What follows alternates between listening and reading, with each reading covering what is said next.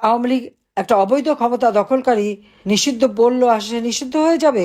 নিষিদ্ধ হবে না, কারণ জনগণই আমাদের শক্তি। কাজে জনগণের পাশে দাঁড়াতে হবে। আজকে সবথেকে কষ্ট পাচ্ছে আমাদের দেশের মানুষ, মুষ্টিমেয় লোক, তারা খুব ভালোই আছে, কিন্তু এখন 6 কোটির উপর মানুষ আবার দরিদ্র হয়ে গেছে, যেখানে 5 কোটি মানুষকে আমি নিম্নবিত্ত থেকে মধ্যবিত্ত তুলে এনেছিলাম।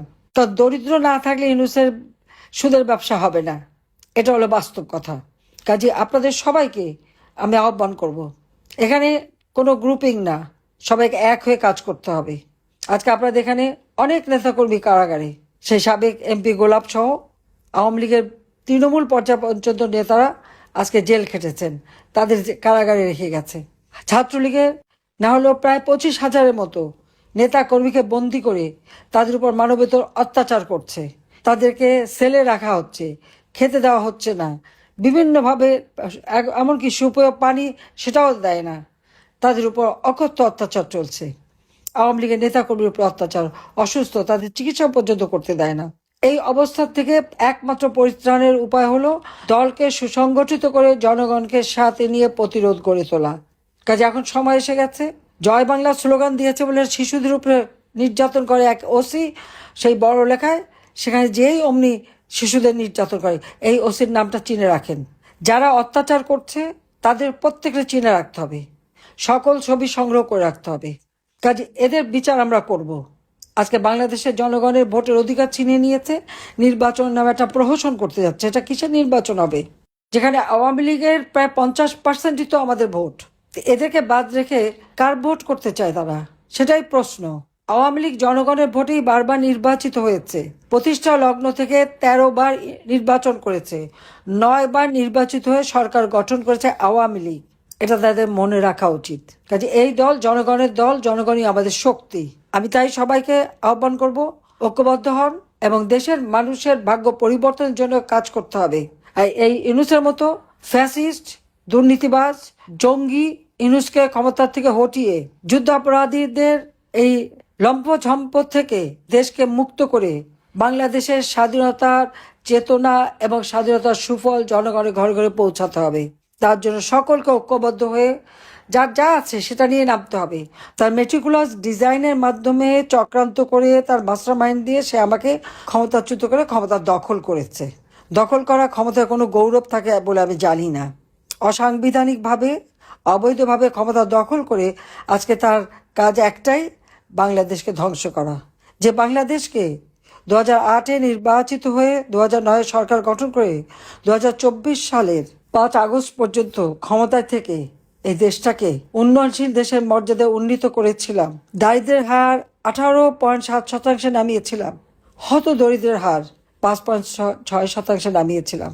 আমেরিকার দারিদ্রের হার কিন্তু 17%, আর বাংলাদেশের দারিদ্রের হার আমরা কমিয়ে 18% এনেছিলাম। বাংলাদেশের প্রত্যেকটা গ্রামকে আমরা শহরে উন্নীত করেছি, প্রতি ঘরে ঘরে বিদ্যুৎ দিয়েছি। মৌলিক যে চাহিদা জাতির পিতা যে সংবিধান দিয়ে গেছেন, অন্ন, বস্ত্র, বাসস্থান, চিকিৎসা, শিক্ষার ব্যবস্থা করে এদেশের মানুষকে একটা উন্নত জীবন দিয়েছিলাম, আজকে সব ধ্বংস করে দিয়েছে। আজকে আমার উপর দোষ দেয় যে আমি গণহত্যা চালিয়েছি। কোথায় আমি গণহত্যা করেছি? একটার পর একটা হত্যাকাণ্ড। 7.62 বুলেট কোত্থেকে আসলো? কারা এনেছে? কারা সাপ্লাই দিয়েছে? এখনো হাতে হাতে অস্ত্র একটি সমাজটাকে সম্পূর্ণভাবে ধ্বংস করেছে। আজকে স্কুলে, কলেজে, ইউনিভার্সিটির ছাত্রছাত্রীরা শিক্ষকদের উপরে হামলা করে, শিক্ষকদের গায়ে হাত তোলে, শিক্ষকদের অপমান করে। এদের ভবিষ্যৎটা কি? আজকে কোনো সাংবাদিক কথা বলতে পারবে না, হয় তাকে লাশ হতে হবে, নয় তাকে নির্যাতনের শিকার হতে হবে। কোনো মিডিয়ায় একটা টু শব্দ করতে পারে না, মুখে বলবে আমার সমালোচনা করেন, আমাকে সব বলেন ইত্যাদি দিয়ে। যেই বলবেন, ওই ভালো মানুষের পিছনে যে একটা রাক্ষসী ক্ষুধা রয়ে গেছে, সেটাই বড় কথা। সঙ্গে সঙ্গে দেখবেন লাশ পড়ে আছে। আর এমন এমন লোকদের নিয়ে আসলো, তাদের সবই বিদেশি নাগরিক, দেশি নাগরিক খুব কম। স্বরাষ্ট্র উপদেষ্টা দেখলাম, তাকে যখন জিজ্ঞেস করা হলো আওয়ামী লীগ, উনি বললেন আগামীকাল। ও বললো সন্ত্রাসী, অবৈধ অস্ত্র উদ্ধার, অস্ত্রকে উনি মনে করলেন পেঁয়াজ। উনি পেঁয়াজ রসুনের দামের কথা বলতে শুরু করলেন। ব্যাপারটা কি? উনি কি কানে শোনেন না, নাকি ইচ্ছাকৃতভাবে ভান করে? আমরা একটু কানের ডাক্তার দেখানোর ব্যবস্থা করতে হবে নাকি, কারণ এত ভুল তো শুনতে পারে না। আওয়ামী লীগের বিরুদ্ধে কথা বলে তো বেশ ভালোই বলতে পারে। কাজে এদের দিয়েও ইউনূস সাহেব দেশ চালাচ্ছেন। তো দেশের ভাগ্যটা কি হবে একবার চিন্তা করে দেখেন।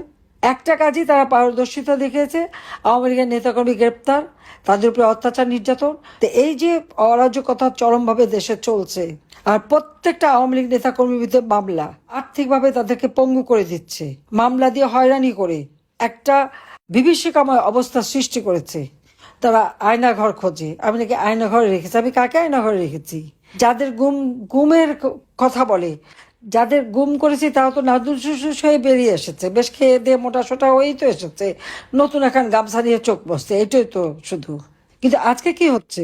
প্রকাশ্য দিবালোকে কুপিয়ে কুপিয়ে মানুষ হত্যা করা, হাতে অস্ত্র নিয়ে, লাঠিসোঁটা নিয়ে, সেই প্রধান বিচারপতি থেকে শুরু করে চিফ জাস্টিস থেকে শুরু করে সবাইকে হামলা করে তাদেরকে পদত্যাগ করিয়ে সব জায়গায় দলীয় লোক বসানো। এটা তো জামাতে ইসলামী, তারা এই ব্যাপারে সক্রিয়। প্রত্যেকটা বিশ্ববিদ্যালয় তাদের দখলে।